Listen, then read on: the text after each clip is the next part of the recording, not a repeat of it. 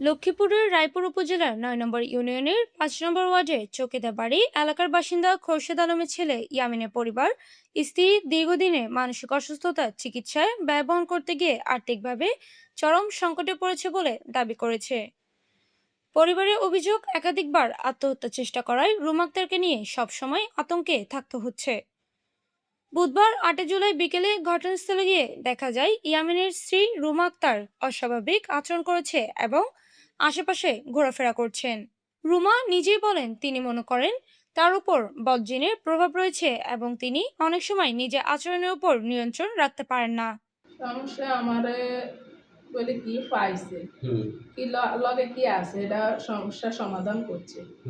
তারপরে আবার আমার স্বামী আমারে পাগলের বেশের মতন অভিনয় করানোর লাগে, নাটক করানোর লাগে বেডির দাঁড়িয়ে নিয়েছে, লাল গামছা টামছা দিয়ে আহি তালতা মাস্টারের গাঁডা হেই নদীটা তো আমারে গোসল করাইছে আগের দিন। পরের দিনে আমি পাগলের মতন চুল টুল ছায়াটা পাগলের বেশের মতন চলি। আমি তো চলি মুখ দিয়া কথা কইতে নাই ঠিকই, কিন্তু আমার কান তো আছে। আমি তো কইতে পারি যে আমার এরম করে পাগলের মতন নাচাবে কিছু সব ধরনের নাচানাচি টকাটকি করাইছে আমার স্বামী আমারে। পরিবারের সদস্যদের দাবি, দিনের বেলায় সবাই মিলে তাকে নজরদারিতে রাখলেও রাতের বেলায় তিনি অস্থির হয়ে পড়েন এবং কয়েকবার আত্মহত্যার চেষ্টা করেছেন বলে অভিযোগ রয়েছে। এ কারণে পরিবারের সদস্যরা রাতেও স্বাভাবিকভাবে ঘুমাতে পারেন না। ইয়ামিনের বাবা খোরশেদ আলম বলেন, আমার ছেলের একটি সুন্দর সংসার ছিল, চিকিৎসার খরচ চালাতে গিয়ে আমাদের 5টি গরু, পানের বরজ সহ অনেক সম্পদ বিক্রি করতে হয়েছে। এখন আমরা প্রায় নিঃস্ব।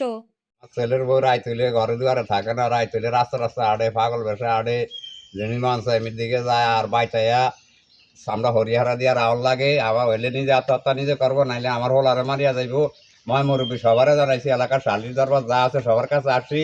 হেরা কয় আমরা নিতাম না, আমরা লাশ নেব নিয়ে আমার ঘরে ফাঁসাইব। আর আমাকে জালেরও হেরও কোনো নিরাপত্তা নেই, আমাকেও কোনো নিরাপত্তা নেই।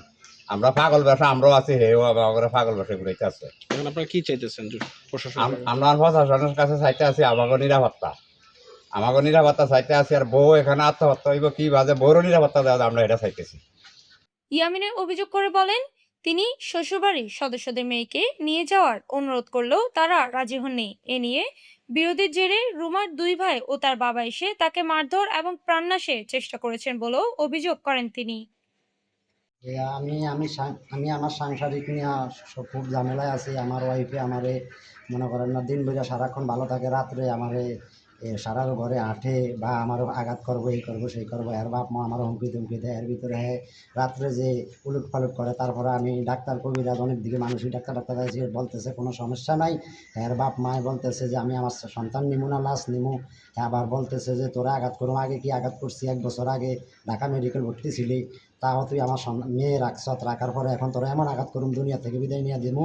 আর না, আর হ্যার ওয়াই আমার হ্যার মেয়ে বলতেছে যে তোরে এখন আমি নিজে আত্মহত্যা করে ফাঁসাবো, আমি তোরে আত্মহত্যা করে আমি একটা ঘটনা ঘটাবো। এখন আমি সাংসারিক নিয়ে কোনো রকমের শান্তিতে বসবাস করতে পারতেছি না।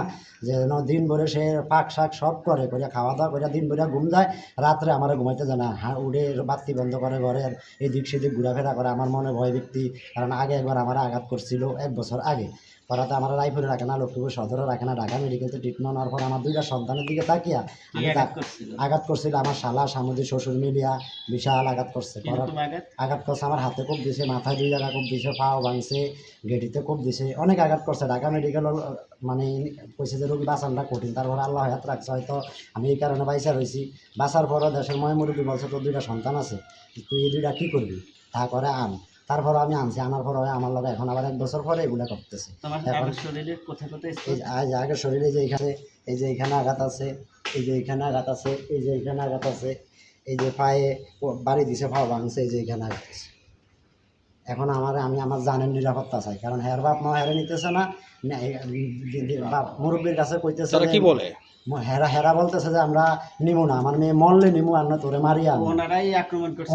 ওনারা আক্রমণ করছে আমার ঘরে আইসা 1 বছর আগে। আমার একলা ঘর করে আমার ঘুমের ভিতরে ফালিয়া কোবাইছে। আর 3 জনে মিলিয়া কবিয়া লাশ করে ফালিয়া দিয়ে 3 জন, আমার শালার 2টা আর আমার শ্বশুর।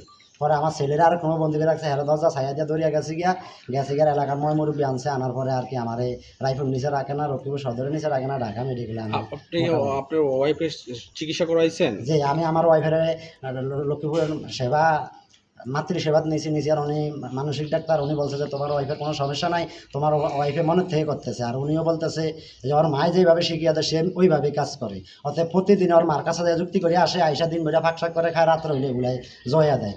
এখন আমার জানেরও কোনো নিরাপত্তা পাইতেছি না আমি, কারণ এই যে কোনো একটা ঘটনা ঘটাইবো ঘরে আমার বিপদে ফেলাইবে। অন্যদিকে রুমার ছেলে ইয়াসিন জানায় তার মা মানসিকভাবে অসুস্থ। তার ভাষ্য মতে মা কিছুটা সুস্থ থাকলেও নানা বাড়ি থেকে ফিরে এসে আবার অসুস্থ হয়ে পড়েন। রাতে আত্মহত্যার চেষ্টা করেন। আমরা ভয় নিয়ে থাকি। দিন ভরে আমি ঘুম যায়, রাইতে লাঙ্গারে ঘুম যেতে যায় না, কি কারণে?